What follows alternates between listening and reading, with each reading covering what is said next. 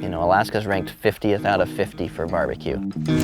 There's nobody worse for barbecue than we are. And so for me, I'm doing everything in my power to change that, and it's one beef rib at a time.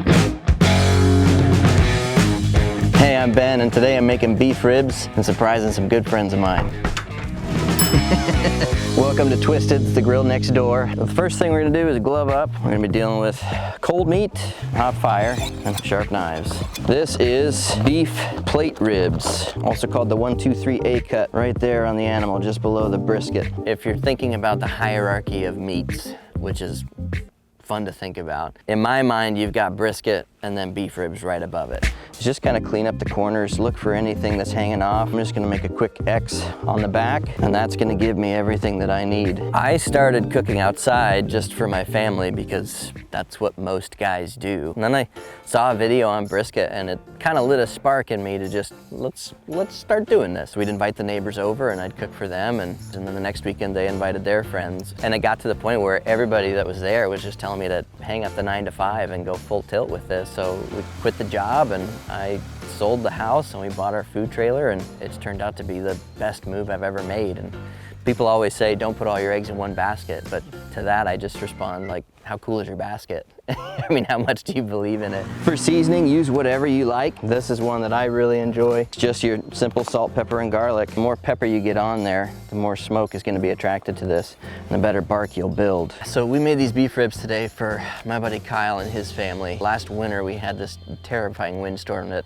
30,000 people were without power, ourselves included, and they basically just opened up their home to us. I don't know what sums up community better than that. Ideally, you would let this set up about 15 minutes. Let that kind of soak and saturate in. We don't have that kind of time up here, so I'm just gonna season right to the next side here. For us, being able to make these delicious beef ribs for him, I know he's gonna appreciate it. He loves our barbecue. So that's who we're giving the barbecue to today, and we'll go deliver that here soon. So we're rolling smoke at about 250 degrees, but at this point, we're ready to rip. This is gonna roll about 8 hours on the smoke. The seasoning is really not what matters. It's the time that you put into it. The main ingredients for this is really just beef and fire.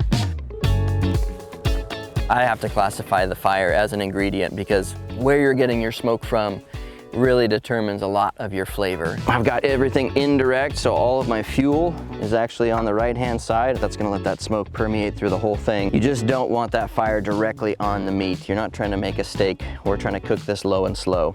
And away we go. So we have this big commercial smoker, which is honestly bigger than most people should have. Where everything starts is you've got your pellet hopper here. Those slide down a chute into this burn area and providing all of the smoke and flavor into the actual area where the meat is as the rotisserie turns and coats everything with that thick hickory smoke.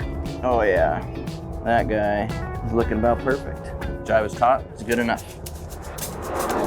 All right, so about 4 hours in, what you're looking for on this is your color's starting to form. That shrinks up quite a bit now. All that fat's starting to yellow up. That's good rendering coloring on there. You can see that membrane on the bottom starting to pull apart from itself, opens up that scoring mark that we did. That smoke is really penetrating nicely into the meat and everything starts to shrink up, literally just this way to this way. All of that piles into one glorious piece of meat. So that is that for this stage. See what it looks like after the 8-hour mark. Doing barbecue up by the glacier there, it's not super far from the origins of what barbecue is. It's very slow food. Barbecue is the exact opposite of fast food, but that's part of the experience. There's nothing simpler than fire and meat and people. That's all you need to have a barbecue. And that's one of the things that I love so much about it. So this is what you want to look for after about 8 hours. I've got good color on there. Everything's nice and tight. All that is moisture loss. All of that water is coming out of there and leaving all of that flavor on these bones. And that's exactly what you want out of a beef rib, just a super rich, decadent bite. Let's slice into these and see what they look like, see how we did.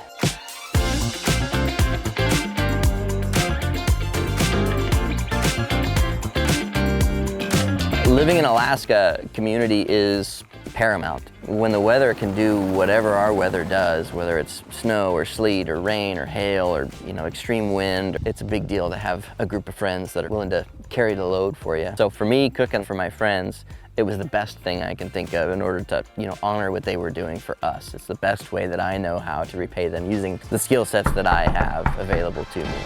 Dude! What's up, man? Beef ribs. Those look amazing.